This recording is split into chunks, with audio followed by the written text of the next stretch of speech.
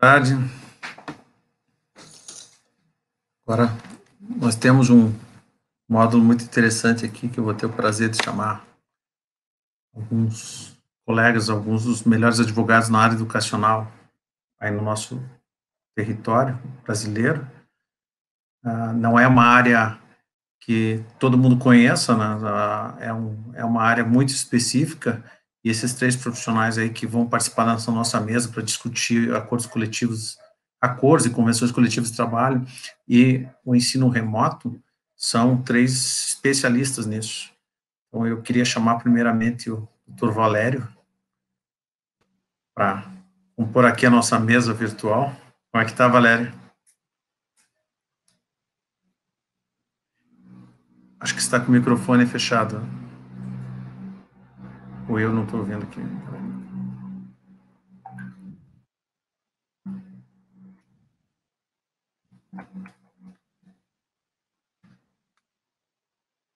ouvindo? Estou ouvindo, Diego, tá? Vocês estão me ouvindo? Agora eu estou te ouvindo. Não? Não, agora eu estou te ouvindo. Perfeito, perfeito. Boa tarde, Diego. Boa tarde aos colegas Célio e Ismanhoto, né? Só antes, Valério, vou abrir a palavra para todo mundo, mas eu vou chamar aqui o nosso outro colega de São Paulo, Valério é de Brasília, do Cinep do Distrito Federal. Vou chamar o doutor Célio Miller, um grande advogado na área educacional aí, no nosso querido estado de São Paulo, com a escola fechada, querendo abrir, ainda não abriu. Bom dia. Boa tarde, Célio, tudo bem? Muito boa tarde, Diego, muito boa tarde, Valério, o Ismanhoto que está conectando e todos os colegas que estão aí junto da gente. Quero cumprimentar a FENEP pela iniciativa de mais esse congresso, pela excelente qualidade dos debates que a gente está aí acompanhando. Eu estava acompanhando, Diego, a tua exposição agora no painel anterior, bastante pertinente diante das dificuldades que as escolas enfrentam neste momento. Mas já enxergando a luz no fim do túnel e todo mundo torcendo para a melhora, que é o principal. Com certeza. Bem, é o que todo mundo deseja, a vacina e o retorno. Queria chamar, então, agora o nosso colega aqui de Curitiba, aqui do Cinep do Paraná, o doutor César Ismanhoto, para compor a mesa. Tudo bem, Ismanhoto? Tudo bem, vocês? Boa tarde, Valério. Boa tarde, Célio. Preferia que estivéssemos pessoalmente, né? Mas nesse novo normal, é um prazer estar aqui com vocês e obrigado ao Diego pelo convite para participarmos desse bate-papo. Beleza, então. Bem, sem mais delongas, eu queria aí abrir a nossa conversa com o Valério, 10 minutinhos, Valério, que você expusesse a tua visão sobre esse assunto. Como é que estão as relações sindicais, os acordos, as convenções, e essa novidade, que, como eu estava expondo no painel anterior, não é tão novidade quando a gente fala de EAD, mas para o universo, em geral, das instituições de ensino, atividade remota é novidade. Valério, a palavra é tua. Obrigado, Diego. Diego, o que eu tenho sentido, né, que, de fato, a gente pode ter uma tendência a uma maior dificuldade na celebração de acordos coletivos, né?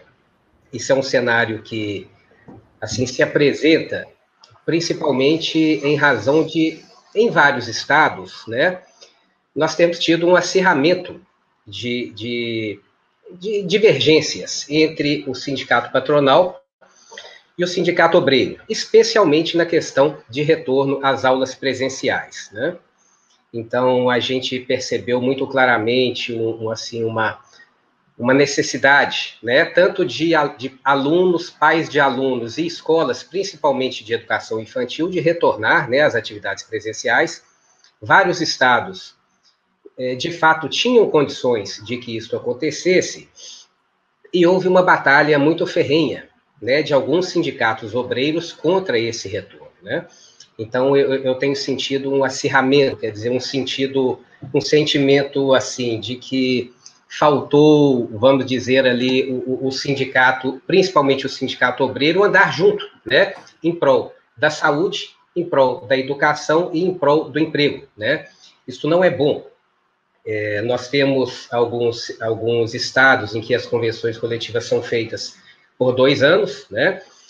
Que é o caso do Distrito Federal, por exemplo, e que no ano que vem nós teremos negociação. Outros estados em que as convenções coletivas são feitas por 1 ano, já passaram, né, por este ano, aí por alguma coisa já vamos dizer assim, já tiveram um termômetro, né, do que pode vir a acontecer. Temos um ponto principal, que é o ponto realmente de reajuste, né, do salário de professores e de auxiliares, né. As escolas levam algumas incertezas, estamos em momento de matrícula, mas com algumas incertezas relacionadas aos custos, né, que a pandemia vai gerar, novos custos que essa pandemia tem gerado e vai gerar para as escolas. Nós temos incertezas relacionadas à reforma tributária, né, e então eu entendo que teremos um cenário, Diego, um pouco mais complexo de negociação coletiva. Esse cenário do ensino remoto também, ele vai trazer, ele busca uma atenção muito maior de nós, profissionais da área jurídica e das comissões de conciliação, né? Nós temos vários pontos relacionados ao ensino remoto que eu entendo que poderiam, né, e deveriam ser regulamentados, seja por acordo individual, por convenção coletiva ou por acordos coletivos. Por que regulamentados? Para uma maior segurança jurídica de todos, tanto de estabelecimentos de ensino quanto de professores. Eu tenho para mim que de fato, vários direitos, quando regulamentados, eles minimizam, né, reclamações trabalhistas, minimizam problemas, tanto para trabalhadores quanto para as empresas. E isso tudo em busca sempre, Diego, de uma coisa que eu julgo fundamental, né? Muitas vezes a gente está ali, vamos dizer, envolvido em uma negociação coletiva, e ao tratar do assunto com a categoria, a gente percebe muito a importância de existir uma harmonia, né? As escolas querem muito ter harmonia com seus empregados, né? Então, a gente, quando tem divergência, ela reflete, né, no ambiente escolar. Então, de fato, entendo que teremos um ambiente um pouco mais complicado de negociação, que teremos algumas coisas novas para serem regulamentadas relativas ao ensino remoto, e entendo que, sim, como fazemos todos os anos, devemos buscar o acordo e devemos buscar a harmonia como forma de trazer tranquilidade para a sala de aula. Obrigado, Valério. Não está sendo e não será muito fácil tratar essas coisas novas com os sindicatos, até porque nós estamos na mesma canoa que está cheia de buracos, então nós não estamos dividindo lucros, nós estamos dividindo só prejuízos, nós estamos tentando equilibrar essa canoa. E eu queria passar agora para o Célio e fazer até uma provocação, Célio, além da tua abordagem, que você colocasse essa tua visão em relação a um assunto que está sendo colocado, eu vejo nas mídias, principalmente nos sindicatos de empregados, uma preocupação muito grande deles de que supostamente alguma coisa mudou com essa atividade remota em relação às o que a gente normalmente chama de horas atividades. Na hora de preparar uma aula presencial, parece que alguma coisa na cabeça dos professores mudou e diz, não, quando eu preparo uma aula presencial é diferente de quando eu preparo uma aula remota. Será que é isso ou é simplesmente uma ilusão de ótica, assim, que criou-se uma diferença onde não existe? Bem-vindo, Sérgio.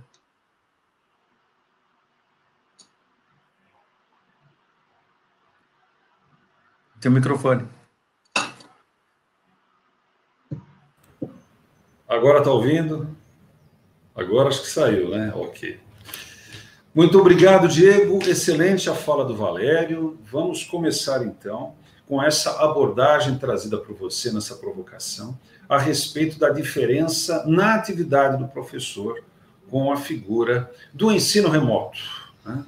Para nós que militamos no ensino básico, tem essa diferença muito grande entre o chamado ensino à distância e ensino remoto, né? Eu acho que está muito claro que ensino à distância se refere a cursos que já foram desenvolvidos para serem realizados à distância, por plataforma tecnológica.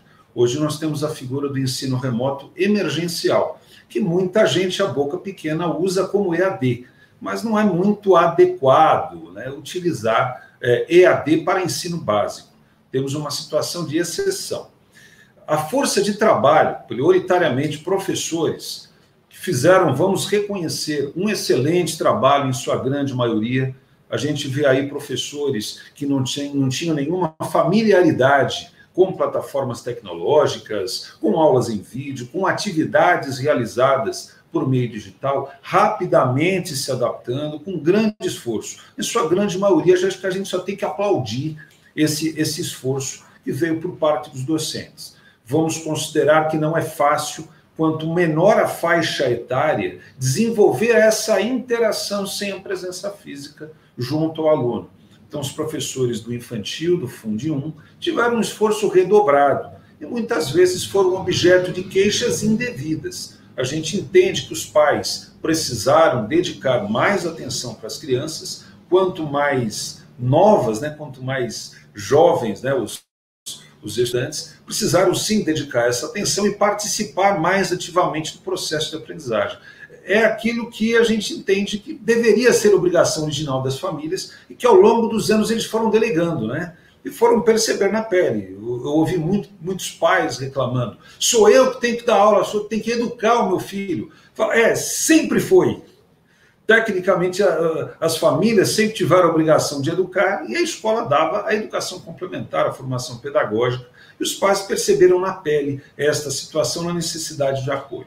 Mas, já reconhecido realmente o esforço dos docentes neste momento, também é inegável que uma aula realizada à distância, uma aula realizada por uma plataforma digital, tem uma forma diferente de condução e de preparação. Todos nós vimos, os mantenedores, gestores, nós que somos advogados da área da educação, vimos a figura de aulas síncronas e assíncronas. A metodologia de trabalho docente em cada escola, de acordo com a estrutura que cada uma detém, permite, no caso das aulas síncronas, a realização da atividade ao vivo, né, que foi bastante sugerida pelos especialistas, servia para minimizar esse impacto. E nas assíncronas você tem basicamente aulas gravadas e outras situações realizadas online. Nestas duas situações, é inegável por parte do docente que a preparação da aula envolve outro tipo de atributo, talvez outro tipo de tempo. Isso não é mentira. Não vamos dizer que seja o dobro do tempo, não, eu acho que depende da habilidade de cada um, do tipo de disciplina. Então vamos reconhecer que existe uma forma diferente de condução. A expressão hora-atividade dentro da nossa experiência, em questões trabalhistas, me parece que o foco maior do nosso painel está direcionado à questão trabalhista, sindical, sempre envolveu a expressão hora-atividade para esse tempo extra, né? Prioritariamente, hora-atividade é a remuneração que a escola empregadora concede ao profissional docente para preparação de aulas, para correção de provas, para tudo aquilo que você no painel anterior colocou como questões operacionais, viu, Diego? Que a gente estava acompanhando. Não é apenas a aula ao vivo, não é apenas o lecionar, mas o preparar. Prioritariamente as convenções coletivas, em sua grande maioria, pelo menos eu vejo aqui isso em São Paulo, nas principais capitais, a definição da hora-atividade para essa finalidade. Muito bem. Os professores alegam, não vou dizer todos, mas muitos deles estão alegando, e com certa razão, que existe uma estrutura diferente, um formato diferente, no momento que as aulas são realizadas por meio online, síncronas ou assíncronas. Mas eles já recebem uma remuneração para essa finalidade que não é exata. o docente de uma aula que demanda uma grande preparação, possivelmente na semana seguinte, terá outra aula que já está pré-preparada e que ele vai dedicar menos tempo de preparação. Então, aquela porcentagem que é definida como hora-atividade, no meu entender, já é uma convenção, já é uma preparação, já é um combinado, faz parte da avença contratual, faz parte da relação de trabalho, para que ele tenha a sua remuneração, o seu pagamento, diante de aquilo que não é o lecionar, mas é o preparar. Esse é talvez um dos pontos de divergência. Como a gente está falando bastante na questão sindical, eu também percebo que o movimento dos sindicatos, também entendo que, como defensores da categoria, né, o sindicato dos empregados é muito forte no sentido da proteção de saúde. Isso é benéfico, vamos proteger a saúde do profissional, tomar todo devido cuidado, mas a gente precisa entender o seguinte, qualquer profissional está sujeito à contaminação. Aquela discussão a respeito de ser ou não doença ocupacional depende de cada situação, mas o profissional de qualquer área, se apenas a existência da pandemia no mercado, na sociedade, no ar em que nós respiramos, nas pessoas com quem nos relacionamos, né? Se apenas o risco da pandemia impedisse alguém de trabalhar, nós não teríamos supermercados abertos, não teríamos fármacos, não teríamos hospitais. Imagine se o atendente do hospital, a enfermeira, fala, olha, tem risco para a saúde, não vou trabalhar. Não dá. E nós temos, desde o início da pandemia, do início da paralisação das atividades educacionais, os supermercados abertos. Então, não é uma questão de não estar preocupado com a saúde. É claro que estamos. Nenhum de nós deseja que ninguém se contamine, todo mundo tem o desejo sincero de que isso se acabe e enquanto ainda dure, que seja o menos penoso possível para a saúde de cada trabalhador, de cada aluno, de cada um de nós. Mas a atividade tem que continuar. E aí a gente olha, né, no aspecto, na grande polarização de discussão, né? As escolas têm que permanecer fechadas para a proteção da saúde da comunidade. Isso é o que um grupo fala. Tem razão de ser? Alguma razão tem. É claro que se a escola estiver fechada, vai ter menos gente em circulação. O trânsito aqui em São Paulo melhorou muito o ano inteiro. A gente não teve congestionamento, basicamente, porque você não vê avanços escolares circulando, o público educacional é muito forte, então mesmo depois de abertura de lojas, comércio, etc., não foi o que era antes da pandemia. Então é claro que tem menos circulação com as escolas fechadas, mas será que esse remédio vale? E aí a gente tem a discussão política, aquilo que a gente vê nos outros países, aquilo que os especialistas falam do dano que isso causa na educação das crianças. Por maior que seja o esforço, a dedicação desses docentes que estão de parabéns, é claro que a aula presencial sempre será melhor do que a atividade realizada online. As crianças estão perdendo, não podemos dizer que foi um ano perdido, será um ano bem diferente, que precisará ser recuperado. Quanto mais se demora esse retorno, maior a dificuldade que as crianças terão. Então, é o momento da ciência encontrar o cuidado de saúde, o cuidado jurídico, e também dos profissionais entenderem que todos nós temos que dar a nossa parte. Esse é o meu entendimento. Para mim, já era mais do que tempo, em todo o país, das escolas estarem em funcionamento, resguardadas as condições, resguardado a opção das famílias, volta na questão do direito de família, né, do poder familiar, de decisão. Até que ponto os pais aceitam o risco da criança ir para a escola? Com todo o contexto médico, sanitário que isso envolve, nós temos a educação de uma criança que está sendo dificultada devido a isso. E nós somos profissionais. Assim como o enfermeiro, o médico, a profissional está enfrentando o risco todo dia quando vai ao hospital, eu creio que todos nós, profissionais da área da educação, também temos que enfrentar esse risco com o retorno das aulas, que é uma situação inevitável. Temos essa diferença aí. A movimentação que existe por parte dos sindicatos é uma, mas a gente percebe bastante vontade de muitos professores, de muitos auxiliares, também de retorno às aulas. Obrigado aí, Célio. Obrigado você. É uma situação que ela vai se fatiando em N problemas. Quando você resolve um, você cai no outro. Até você levantou uma questão bem interessante, que nos estados que já voltaram, tipo Amazonas, Rio Grande do Sul, que voltou para a semana passada, o Distrito Federal que voltou essa semana que passou também. Nesses você já tem um pouco do que eu vou aqui passar para o Ismanhoto, além da abordagem dele, aqui para dar uma pincelada nisso. Você falou da questão de saúde. Nós estamos com atividades remotas e, nesses momentos, com as atividades remotas, nós temos uma situação até engraçada, não sei em os outros estados, mas aqui saiu uma publicação, não queremos voltar às aulas e não queremos aulas remotas. Tá, então ficamos como? Não temos nenhuma coisa e nem a outra.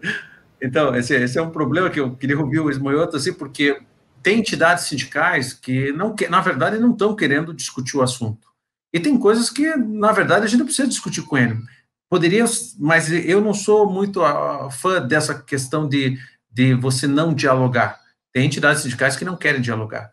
Mas quando você fala dessas situações em que nós podemos voltar e estamos passando ondinhas, né? Primeiro passa pela autorização do poder público, depois passa pelo Ministério Público, que vem embolando logo em seguida, e aí no final, quando você pensa que vai abrir, chegam as relações de trabalho na mesa, e aí ficam, não vou trabalhar, porque, sei lá, eu não quero trabalhar porque eu sinto medo, mas você tocou num ponto bem sensível, eu queria ouvir o Ismanhoto, então, sobre isso, que é a hipocrisia de dizer que não vai voltar a trabalhar enquanto compra no supermercado e na farmácia e em outros locais que estão abertos e tem empregados profissionais que estão trabalhando lá. Boa tarde, Ismanhoto. E aí, pessoal, boa tarde. Novos tempos, né, dificílimos. A gente está com uma parada complicada aqui no Paraná, junto com o Diego aí, e eu acho que, primeiro, assim, eu rendo muita homenagem a todos os professores e a todos os educadores, os empresários da área educacional, que, num espaço de tempo curtíssimo, se adaptaram a essa nova realidade. Mesmo na educação superior, onde o ensino à distância já prepondera, já existe há muito tempo, né? Os cursos presenciais, os professores dos cursos presenciais, e principalmente na educação básica, onde a EAD era até proibida antes da pandemia, né? Todo mundo se adaptou muito rapidamente, né? Eu diria assim, 10, 15 dias, sem saber se podia, o quanto poderia, o quanto o MEC iria autorizar, o quanto os conselhos estaduais iriam autorizar, validar, as escolas rapidamente se adaptaram a esse novo normal, os professores também, com todas as dificuldades inerentes, nós não tínhamos nem material didático apropriado para tudo isso acontecer. Então, eu diria que se qualquer educador dissesse que precisava haver um planejamento, porque isso iria acontecer, daqui a 6 meses, todo mundo ia dizer, não, peraí, 6 meses não vai dar para preparar todo esse novo normal. Nós precisamos de mais tempo, precisamos treinar os professores, precisamos rever material, e, enfim, em 30 dias, a rede privada, eu diria que no Brasil inteiro, deu a resposta que a sociedade até se surpreendeu. E, claro, com essa resposta veio também, como o Célio já apontou ali, veio a responsabilidade das famílias, porque a gente passou a fazer uma educação por videoaula, e no início eram vídeos que eram encaminhados para os alunos, não era nem online ainda, né? Mas alunos do jardim ao superior, né? A graduação, a pós-graduação. Então, eu tenho neta no 3º ano do fundamental, né? Tenho uma mestranda e tenho um graduando na minha casa. Então, tenho de tudo um pouco, né? E vejo e acompanho eles. Mas eu não sei se todos vocês já tiveram a oportunidade de acompanhar uma aula, por exemplo, para o Fundamental 2, ou mesmo para o médio, né? As dificuldades dos professores são muito grandes, mas muito grandes, porque se conter a disciplina presencialmente, cá entre nós, hoje em dia já é uma tarefa árdua, difícil, né? A videoaula é muito mais difícil, porque as brincadeiras repercutem, você não conversa com o colega sentado ao lado, não faz um comentáriozinho, uma piadinha com o colega ao lado. Você faz uma piada ou um comentário no ambiente onde tem outros 20 ou 30 alunos ao mesmo tempo te ouvindo. E aí isso, cada um resolve fazer um novo comentário sobre o mesmo tema, né? Na aulinha da minha neta, uma menininha apareceu no vídeo com o cachorro. Daí uma abriu lá e disse, você tem cachorro, que bacana. Eu também tenho, traga o teu. E daí o cachorro, ou os cachorros, acabaram com a aula da professora, que tentava dizer, não, depois vamos deixar para o final. Não, todas as crianças saíram de frente da câmera, foram lá pegar seus cachorros, mostrar o cachorro, e daí a aula foi sobre os cachorros. Então, assim, acho que o esforço e a rapidez com que a gente deu resposta, a gente, educação privada do país, deu resposta à sociedade, foi fantástica, é digna de louvor, professores, de parabéns, os educadores, pedagogos, os empresários, que investiram para que isso também acontecesse da melhor forma possível, investiram em um novo material didático, investiram em equipamento, enfim, como eu disse, eu acho que a gente deu uma resposta tanto quanto possível, foi a melhor possível. Mas a melhor resposta possível está muito aquém do que seria o minimamente ideal para uma educação de qualidade. Então, a gente vai ter uma defasagem grande para compensar nos próximos anos. E aí eu gostaria até de dividir, sim, com todo respeito aos professores da rede pública, mas a postura das escolas públicas foi outra, tanto dos mantenedores das escolas públicas, estaduais ou municipais, quanto dos professores, tanto das redes municipais quanto estaduais. E aí, de novo, nós criamos, infelizmente, um abismo entre aquilo que se faz na escola privada e aquilo que está se fazendo na escola pública. As escolas públicas, no geral, demoraram muito mais tempo para conseguirem se organizar para fazer essa educação remota. A gente fez isso em quanto tempo? Uma semana, 10 dias, 15 dias? Na pior das hipóteses, em 30 dias, estava rodando normal já a educação na rede privada. E a rede pública ficou no gerúndio, Estamos vendo, estamos avaliando, estamos planejando, estamos pensando, e o tempo passando, Começamos tudo isso sem saber se ia durar 15 dias, um mês, e a gente diz assim, tem gente que fala que vai durar 2 meses. Acho que não. Já são mais de 6, Então, o tempo foi passando, todos nós entramos nisso achando que ia ser por pouco tempo. Aqui no meu escritório, por exemplo, minha equipe do Cível já está há 3 meses trabalhando presencialmente, como eu trabalhei todo esse período presencialmente. Em compensação, minha equipe do Direito do Trabalho, coincidentemente, são todas mulheres, mães, que aí não estão tendo onde deixar os filhos, estão todas em casa, até hoje. Então, isso mostra um pouco do que a sociedade está vendo. E eu acho que nós, da rede privada, estamos muito reféns, aqui pelo menos isso é muito claro, Diego, dos políticos, que estão muito mais preocupados como mantenedores de escolas públicas, em ver como sair dessa dificuldade que eles se encontram como donos de escolas públicas, do que tentar resolver um problema, uma demanda da sociedade, que é o retorno das aulas.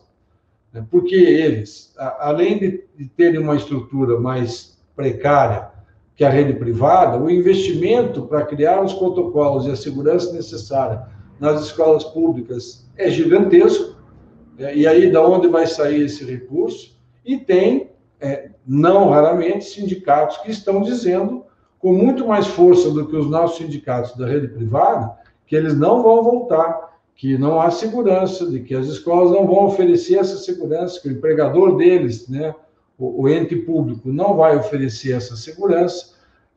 Mesmo as crianças da rede pública tendo muito mais dificuldade de recurso tecnológico, de ferramenta para conseguir ter uma formação, uma educação nesse momento minimamente aceitável, aqui no Paraná, pelo menos, que é um estado eminentemente agrícola, a gente tem visto reportagens quase que diárias nos nossos jornais mostrando crianças que saem de casa com o caderno, com o celular do pai ou da mãe e caminham no meio da plantação para achar um lugar específico, no morro mais alto, onde naquele local o sinal de internet permite que ele acompanhe as aulas. A televisão, a mídia adora explorar daí essa situação. Claro que fica todo mundo extremamente compadecido. Menos o ente público, que em vez de pensar no retorno das aulas presenciais com segurança, ainda que opcionais, como a gente já disse aqui, acho que foi o Valério ou o Célio comentou isso, daí eles vão lá e oferecem uma internet para a casa da criança, como se esta fosse a melhor solução, e não o retorno às aulas.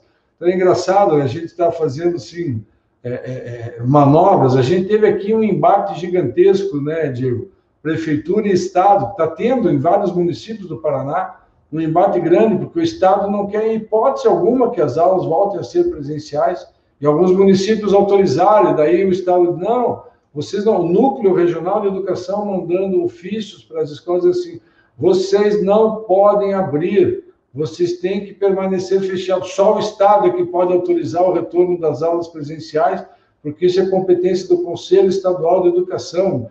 Daí misturam fechamento de aulas presenciais por conta de questão de saúde com o Conselho Estadual de Educação. Mas eu acho que a gente, né, nós da área jurídica, temos um desafio muito grande pela frente, né? E aí, puxando um pouco uma maior reflexão dos empresários, né, não só em relação aos professores, mas em relação aos empregados administrativos, é o tema do nosso painel. Esse trabalho remoto, esse trabalho home office, né, da área administrativa cresceu demais também. E o que a gente percebe, né, na área administrativa, e aí eu acho que, ao contrário dos professores que talvez tenham uma percepção de aumento de carga horária, mas muito mais pela dificuldade de preparar a videoaula, coisa que eles não sabiam fazer, né, na área administrativa, me parece que a gente está tendo um grande aumento de carga horária do pessoal administrativo. Eles estão, de fato, 7h30, 8 horas da manhã, imagino que com vocês não seja diferente, nós já estamos recebendo consulta pelo WhatsApp, eu por e-mail, e 8, 9, ontem 10h10 da noite, para uma colega nossa que é gerente jurídica de um grupo empresarial, eu falei assim, descanse bem, 10h10 da noite ela ainda estava interagindo. Então, e eu Sim. percebo, assim, em muitos empresários, uma certa resistência em admitir que o trabalho home office significa que ele tem que oferecer as ferramentas necessárias para o empregado poder desenvolver esse trabalho em home office, que significa ele custear parte disso, né? Seja a energia elétrica, o acesso à internet, a cadeira adequada. Não sei se aconteceu com vocês no início da pandemia, quem estava em casa, depois de 2 semanas em casa, todo mundo começou a ter problema de coluna, porque estava usando a cadeira da sala de jantar e não uma cadeira de escritório para passar o dia inteiro sentado trabalhando. Então, essas coisas eu acho que serão o nosso desafio, né? Quanto reembolsar de despesa referente ao acesso de internet? Eu acho que os instrumentos coletivos serão muito relevantes para nós termos segurança jurídica neste outro lado, né? Quanto que nós temos que custear de energia elétrica? Eu já tenho questionamentos de clientes dizendo assim, tá, mas eu tenho um professor que tem 6 aulas por semana e professor que tem 20 aulas por semana. Eu pago a mesma coisa para os dois, de energia elétrica e de acesso à internet, pago um valor proporcional à hora, enfim, eu acho que esses são os nossos desafios aí nas próximas negociações, né? A gente começou sem se preocupar com isso, porque era um período rapidinho, e o rapidinho já está há 6 meses, e cá entre nós, eu acho que vai até o fim do ano, assim, porque mesmo havendo o retorno, não tenho dúvida que uma parte vai continuar tendo aulas online, né? Você tocou, Ismanhoto, num ponto até que é o gancho que eu vou puxar aí para a gente ir para uma nova rodada aqui de conversa, mas que vai ser um desafio, inclusive, para nós.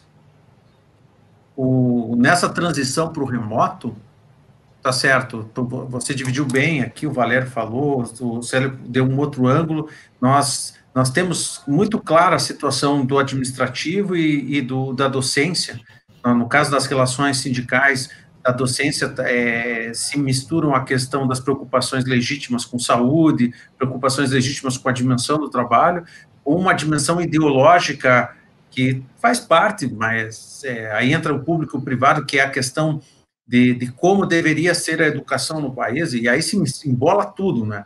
Com os docentes a gente tem essa discussão muito grande. Com o administrativo, já eu diria que é uma questão mais momentânea.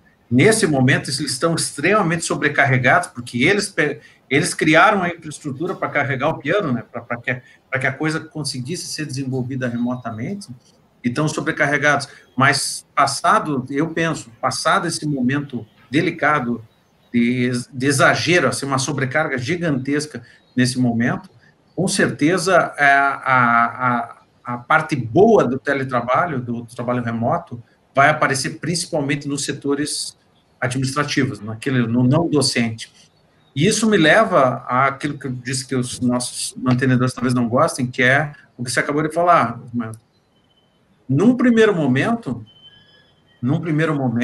foi tudo. Ah, tá, passa para remoto, faz a aula, faz isso, faz aquilo, e mas como é que ficam as relações até econômicas dentro disso?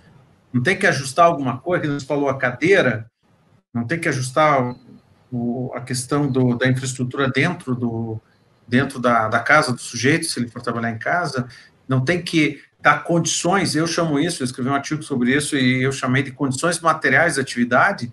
Essas condições materiais de atividade teriam que ser dadas quando você está presencialmente, elas não têm que ser replicadas quando elas são feitas de forma remota, mas também não vamos ser injustos.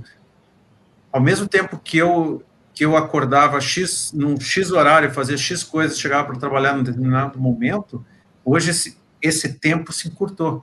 Em grandes capitais, aí o Célio pode falar quando chegar ali, Célio, o tempo de deslocamento para ir e voltar ao seu trabalho é um tempo que, agora que você faz a conta de quanto você ganhou da tua vida, nesses 6 meses que você não fez, esse caminho de volta numa metrópole como São Paulo, você conta em semanas o tempo de vida que você resgatou para si.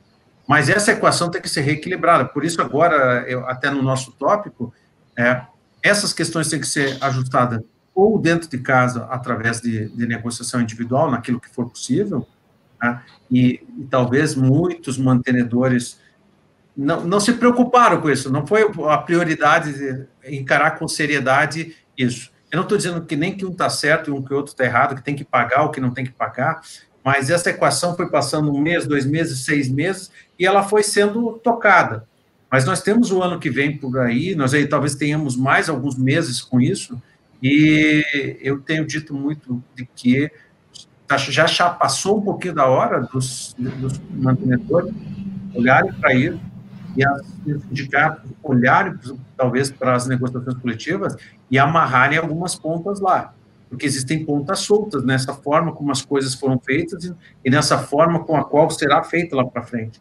E isso talvez demande negociação, demande uma recalibragem nos contratos. Então, eu queria voltar aqui com o Valério, para ver o que você julga que nós teríamos que recalibrar, o que seria a nossa prioridade nessas relações em trabalho remoto aí para no próximo momento. 5 minutinhos, Valério. Perfeito, doutor Diego. De fato, a gente vive uma nova realidade, né? Começamos essa nova realidade lá atrás com o fechamento, em que havia uma previsão de um retorno. Eu acho que todo mundo esperava que esse retorno viria em 1 mês, em 2 meses, e estamos até hoje, né? E começamos a voltar, né? Eu diria, a gente até já conversou sobre isso no CAEP, mas talvez a dificuldade do retorno seja até maior do que a dificuldade do fechamento, né? Estamos aí todos às voltas com medidas de profilaxia, com treinamento de professores e com a adoção das mais diversas medidas e cuidados para garantir a saúde, tanto dos professores quanto dos alunos, né? Com relação a essa nova situação trabalhista e ensino remoto, doutor Diego, eu tenho para mim que todos, né, nós já até tratamos disso também no grupo do CAEP, a respeito da nota técnica número 11 de 2020 do Ministério Público do Trabalho, né? Acredito que ela tenha trazido, assim, um bom panorama para a gente do que poderá vir de discussão futura, porque temos, sim, um cenário que já foi colocado até pela própria Justiça do Trabalho de uma grande judicialização de relações trabalhistas no ano vindouro e nos próximos anos, justamente decorrente dessas alterações que foram impostas pela pandemia, né? O regime de teletrabalho, por exemplo, eu diria que, apesar desse regime de teletrabalho ele estar regulamentado pela CLT, né, veio com a reforma trabalhista, mas estamos em um regime de trabalho excepcional, né? Ele foi imposto de uma hora para outra a todos nós, sem ter sequer tempo de haver aquele necessário acordo entre patrão e empregado a respeito da adoção do novo regime. Quer dizer, não houve como haver mútuo acordo, a situação foi imposta, né? Então, várias situações foram impostas em razão da pandemia. Mas, especificamente com relação a teletrabalho, uma questão colocada pelo doutor Ismanioto, tem que haver, né? E eu diria o quanto antes, se não por convenção coletiva, mas por acordo coletivo ou mesmo por acordo individual, a regulação pela empresa e seus empregados no que diz respeito à aquisição, manutenção ou fornecimento dos equipamentos tecnológicos e infraestrutura para o trabalho, né? A CLT deixa esse ponto para ser regulamentado pelas partes. Por óbvio, a escola ela tem que entrar em contato com o seu professor, com o seu funcionário, e falar, vamos regulamentar isso aqui. Você tem um computador? O computador atende? Não, você não tem, eu vou te emprestar um, né? Você tem internet, a sua internet atende? Não. Qual é o custo da sua internet? E tudo isso tem que vir para um acordo escrito, por quê? Porque se não vier para um acordo escrito, ela vai resultar numa demanda trabalhista, né? E vamos lembrar que resultar em demanda trabalhista significa em problema de harmonia dentro da escola e significa em custo para a empresa, né? Uma demanda trabalhista, ela é sempre indesejada, né? A gente costuma dizer que tem que ser, de fato, o último ponto a se chegar. Então, isso, para mim, é uma coisa urgente a ser regulamentada, porque a própria lei, ela deixa a critério das partes. Quem vai fazer a manutenção, quem vai fornecer, né? E tudo isso mais com relação à questão tecnológica. A questão de saúde, segurança e medicina no trabalho, né? É outra coisa que é imediata para as escolas. Por quê?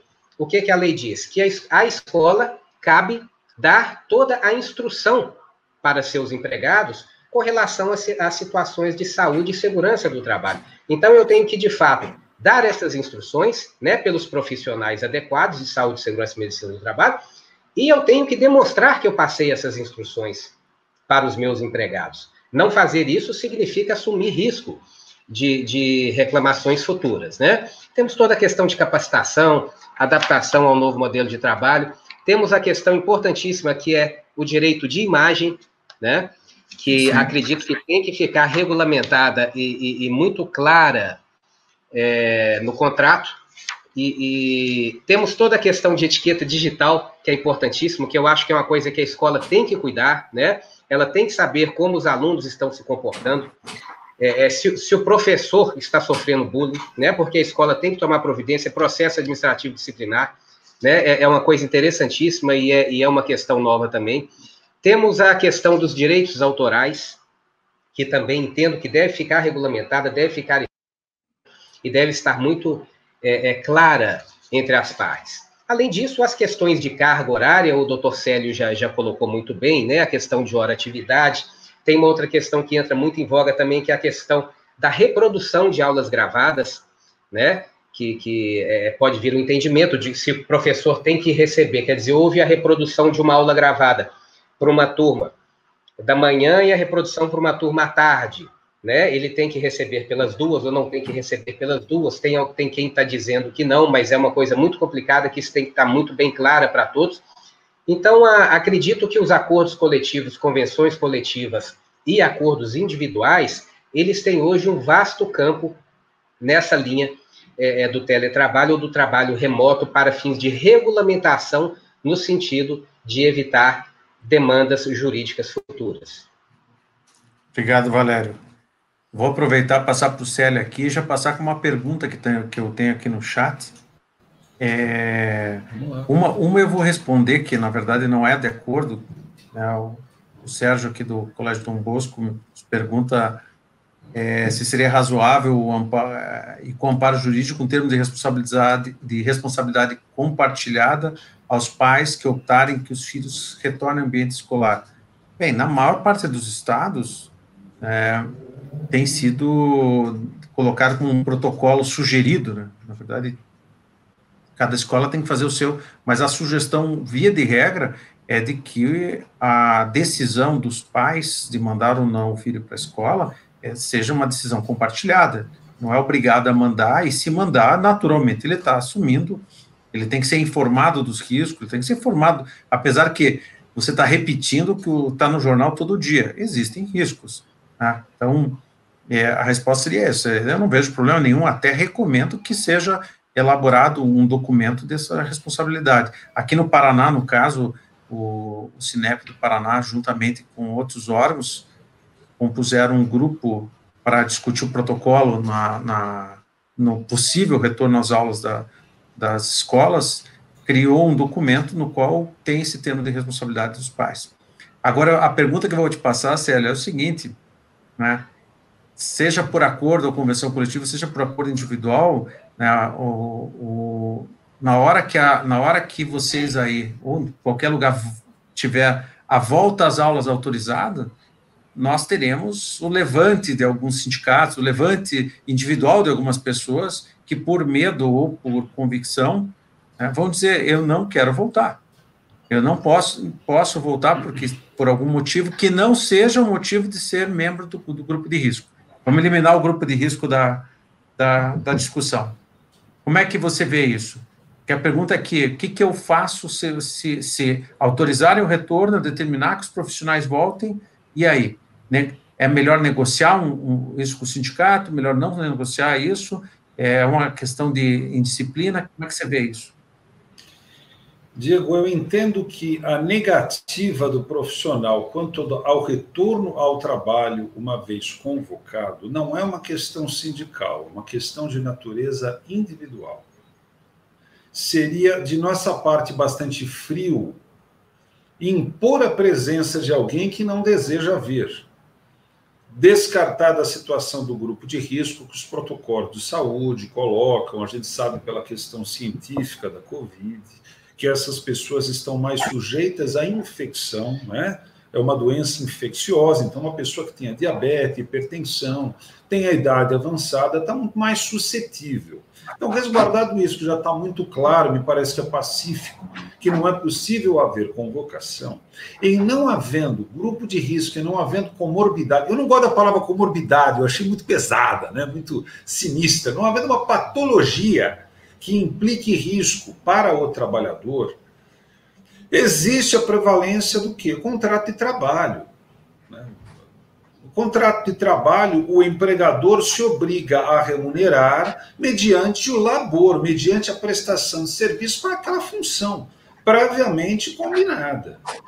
Entendemos, tá? É compreensível que determinadas pessoas não estejam à vontade para sair de casa, continuam no isolamento. Todo mundo está falando, né? No fim de semana ensolarado, sai as praias lotadas, parques lotados, mas tem muita gente em casa, tem. Eu moro num prédio em que eu tenho vizinhos que basicamente não saem de casa desde março. Todos nós conhecemos pessoas assim, muitos até familiares. Ótimo, parabéns, resguardamos isso, respeitamos. Mas o mundo tem que caminhar. E se o contrato de trabalho prevê que o pagamento existe mediante a prestação de serviço, deixa de haver um impedimento a essa prestação de serviço quando ela não tem limitação do grupo de risco. Entendo dessa forma. Mas eu não gostaria de ser frio a ponto de falar imponha a presença de quem não é com quem trabalhar. Porque é compreensível. O trabalhador também pode ter alguém doente em casa, está cuidando de uma mãe idosa, alguém que tem um problema sério, traqueostomizado às vezes, e ele sabe que se circular todo dia, vai para a escola, pega transporte público, está mais suscetível a levar o vírus para casa. Isso também é compreensível. O empregador entende que deve avaliar cada caso. Para mim, isso não é uma questão sindical. Os sindicatos estão fazendo a parte dele como trabalhadores e fazendo lá o seu movimento, querendo proteger a saúde. E isso está certo. O que não está certo é falar ninguém vai trabalhar porque existe o Covid. Não.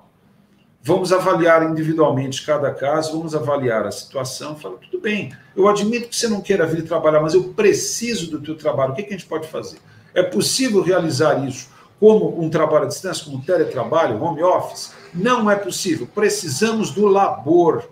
Precisamos daquela função em atividade física na instituição a partir do momento em que reabriram as portas. Ele, sei lá, é manutencista, é faxineiro, são pessoas que têm que ter o trabalho presencial. A escola vai avaliar o que pode ser feito do ponto de vista de CLT. se existe alguma condição de suspensão do contrato de trabalho ou existe a opção de se encerrar o contrato de trabalho também por mútuo acordo, que desde a reforma trabalhista de 2017 é permitido. Então, eu acho que existem opções a serem definidas. Nem o empregador é refém de uma imposição do empregado, nem ele pode ser insensível à realidade individual de cada caso. O meu pensamento é esse. Tem que usar um certo equilíbrio, porque são situações pontuais, não é de uma coletividade. Eu entendo que isso aqui é bastante individual mesmo. Claro. Realmente não é uma pergunta fácil, né? Porque a gente... A resposta, se fosse, eu tenho dito muito isso, está virando até jargão. Se estivéssemos falando em outro momento, o que eu me pego, às vezes, respondendo consultoria, começando com isso, mas é a mais pura verdade. Muitas respostas que nós estamos dando agora não seriam as mesmas se estivéssemos em situação de temperatura e pressão diferentes, né? Eu até... passo aqui para o Ismoelto dar as considerações finais dele, mas pediria até que abordasse a mesma pergunta, Ismoelto, na tua visão.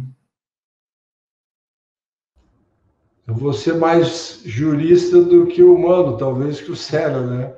Acho que o empregado, juridicamente falando, não tem o direito de se recusar a trabalhar, o Célio, de certa maneira, disse isso.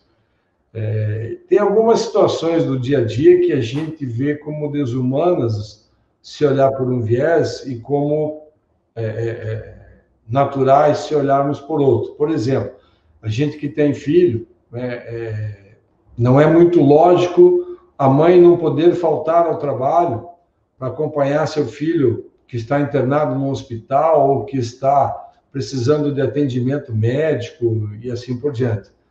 E a lei realmente não dá essa guarida. Se não tiver algo em convenção coletiva, na lei, a mãe tem que trabalhar, o pai também, a criança que se vire e que vá se tratar, ou enfim, alguém leve para o hospital, porque o pai e a mãe não podem faltar ao trabalho. Então, isso para mim é uma situação altamente cruel, né? O legislador acho que esqueceu de regulamentar isso de uma maneira menos cruel, vamos dizer assim.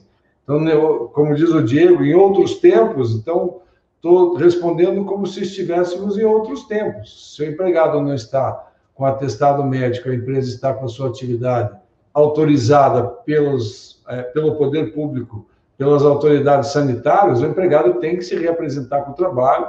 Acho que a recusa é um ato de indisciplina, um ato de desídia, e aí a gente caminha para aquilo que a legislação permite, né? Então, sou mais duro, não de coração, Célio, porque de coração eu acompanho o que você disse, né? Vamos olhar o caso concreto, ver se existem alternativas, mas, juridicamente falando, né, a posição é essa. E cá entre nós, nesse momento, a gente está vendo médicos peritos do INSS se recusando a trabalhar sob a alegação de que não tem um ambiente totalmente seguro. Isso vindo de médicos é, no mínimo, risível, né, para não dizer outra coisa, porque a gente tem hospitais de pronto-socorro pelo país inteiro sem um ambiente ideal de segurança. Os profissionais da área de saúde, não só médicos, todo mundo trabalhando nas condições em que é possível, exatamente para atender a população.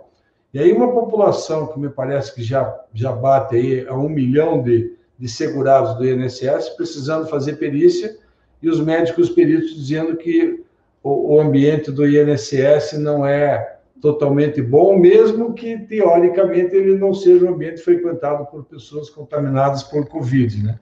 Então, com todo respeito a eles e a causa deles, não consigo aceitar essa posição, assim como a de um professor que de repente, por excesso de zelo, por excesso de receio pessoal, entenda que ele não precisa retornar à atividade se as atividades estiverem autorizadas pela autoridade pública sanitária, né? Então, juridicamente seria assim, Diego. E para encerrar, eu sei que a gente está estourando o tempo, só voltar naquela questão que comentei do acordo coletivo, né, e evidentemente somos todos uníssonos no sentido de que acordo coletivo, convenção coletiva, acordo individual, alguma coisa precisa regulamentar o reembolso da despesa, o custeio da aquisição dos equipamentos. Mas eu insisto que eu acho que o acordo coletivo ou a convenção é o melhor caminho, porque no acordo individual, na medida em que o custo da internet do Célio é diferente do custo da internet do Valério, que é diferente do custo da internet do Diego, né? Que a carga horária de nós quatro em sala é diferente, então nós vamos consumir mais ou menos internet na proporção das nossas cargas horárias, e aí negociar individualmente valores diferentes, né? Não, é que a minha internet é fibra ótica, eu consegui lá um valor melhor do que a do outro colega que usa uma internet que é menos boa, mas que ainda assim permite que ele atenda um serviço. Eu acho que se a gente caminhar para a negociação individual, os empresários vão ter uma trabalheira gigante e ficaremos no risco da demanda. E acrescentando mais um perigo, Valério, dentre aqueles que já citou pelo risco da demanda, eu diria assim, e quem vai fixar isso é um juiz do trabalho, se o valor é justo ou não. E isso cá entre nós nos deixa morrendo de medo, né? Que esse árbitro seja um juiz do trabalho, porque bem sempre a régua deles é a ideal para a gente usar. O que você acabou de falar também, fazendo minhas considerações finais, para vocês verem como é que a coisa é engraçada, e eu concordo em gênero, número e grau com o que o Ismael falou, porque eu não quero ser hipócrita. Ninguém aqui foi, né? Mas eu também não quero ser. Nós temos profissionais da saúde, nós temos profissionais em posto de gasolina, em farmácia, em supermercado. Então, todos esses trabalhadores são os que possibilitam, inclusive esses que estão em casa. Então, se eu estou em casa, alguém está possibilitando que eu esteja aqui.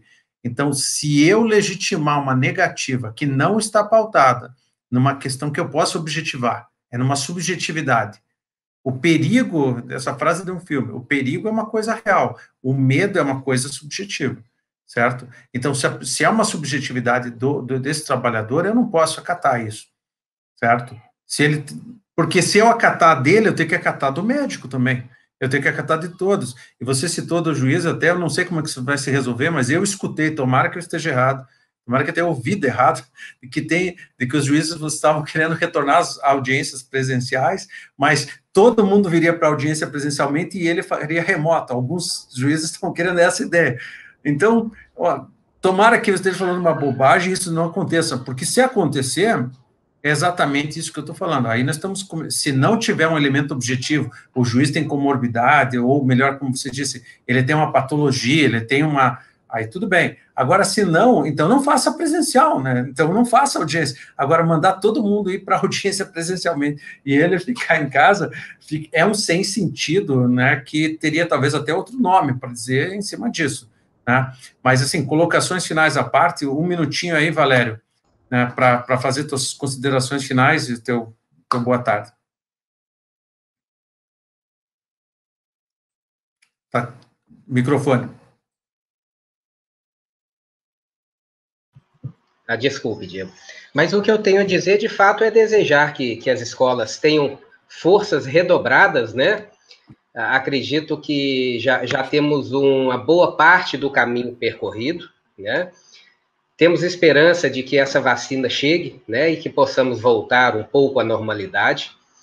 E, de fato, agora, a partir do momento que estamos podendo reabrir, né, que as escolas se tornem, como sempre foram no passado, né, instrumentos de irradiar pelos alunos as boas medidas, as medidas de afastamento, as medidas de profilaxia, as medidas de proteção, né, porque entendo que as escolas, assim como os profissionais da saúde e outros tantos, cada qual desses profissionais é chamado no presente momento, né, para ajudar o país a vencer essa pandemia. Certamente as escolas não querem se furtar, né, do seu papel e da importância do seu papel que sempre souberam desempenhar ao longo dos anos, né? Então vamos redobrar as forças e vamos seguir adiante.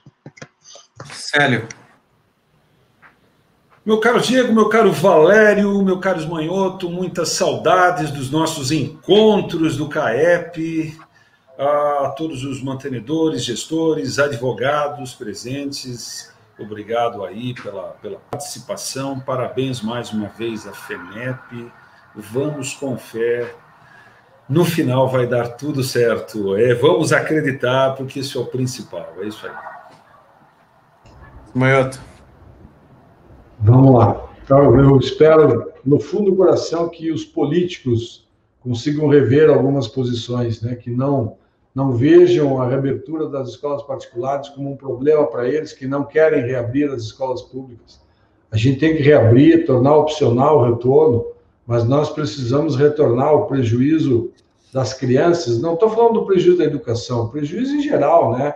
Esse isolamento das crianças, e principalmente na rede pública. Me parece que os políticos pensam da maneira na contramão, né? Talvez na rede pública a gente tenha a maior necessidade do retorno com segurança, com cautela, com um percentual só de alunos voltando a cada dia, mas acho que esse papel, essa importância social da escola pública está sendo desconsiderada sob uma tese de risco à saúde. É evidente que os riscos existem, mas com segurança eles existem menos do que no transporte coletivo, por exemplo, infinitamente menos do que no transporte coletivo, por exemplo, para não falar nas baladas, do pessoal da educação superior, né? Nas baladas, nos barzinhos e etc. Então, eu espero que a gente consiga, o mais rápido possível, melhorar essa situação, porque vai passar e a gente vai superar, não tenho dúvida disso. Obrigado mais uma vez pelo convite e pela oportunidade de rever os amigos aí.